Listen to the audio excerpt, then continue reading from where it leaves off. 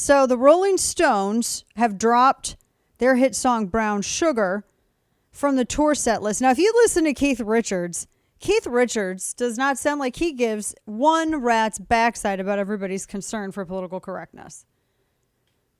He does not. Whereas Jagger was like, "Oh man, I don't know what I was on. It has all the nasty bits in it." That's what he says of his song. That's what he said of it. They wrote this song. What is it, 69? I've seen it everything from 69 to 71. I think there's a difference when they wrote it and then when they actually recorded it. I think they were at Muscle Shoals down in Alabama when they recorded this. Is this the one they did at Muscle Shoals? I think it was. I think this was from that album. So this, I can't believe it's been 50 years. It is like the second most played song. This is the song that when I hear it, I just hear that first chord and I'm like, Rolling Stones. That's it. I just hear it. I have a particular skill set, and that skill set is I can pretty much identify the song in the first bar. Really? Yeah, it's weird, dude. Like name that tune? Yep. You could do that? Yep. It's really weird. So, and someone who's totally off key can sing part of it, and I can know it, even if they're totally off key. So, the song Brown Sugar, the lyrics were considered controversial. Now, isn't brown sugar also slang for heroin? That's what I thought, wasn't it? I thought that was like brown stone. No. Well, I think it's all those things. It brown whatever? Us, the drug experts. We're so wholesome. Like Kane knows all the books of the Bible. We're so wholesome. No, but I think it's slang for heroin. So things always kind of have like a double entendre. Sort of like how the Beatles pretty much always wrote about drugs, right? I mean, it's kind of, well, I mean, especially with some of their later albums. So the 1969 song that they wrote, they said, I'm just gonna be real. They said that it was a song that's condemning slavery. It definitely does not portray it in any kind of a good light. I'll tell you that. And I always thought it wasn't him just being a pervert. I always thought it was him being on drugs. That's what I thought, right?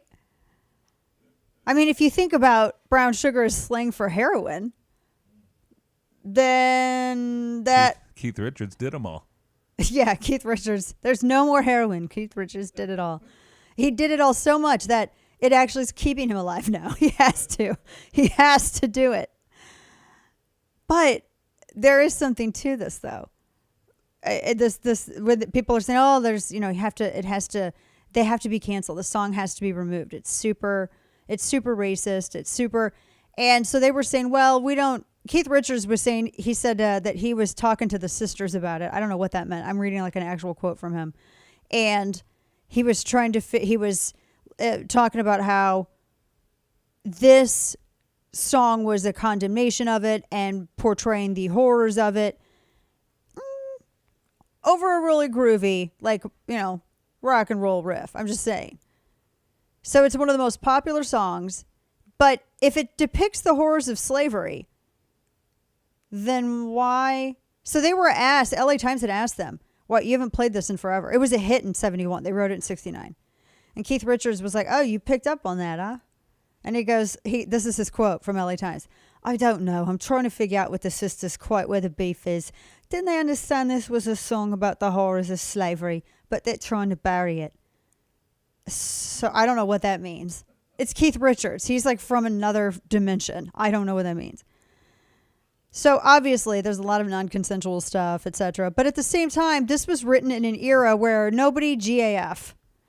And everyone just wanted to write. One of the things that the Rolling Stones did, and I will say this, and we don't have that today. I love music. I don't care what era it is so long as it doesn't suck. And I like a lot more music that's written by the actual artist that's performing it. Because there's just something authentic and something raw about it.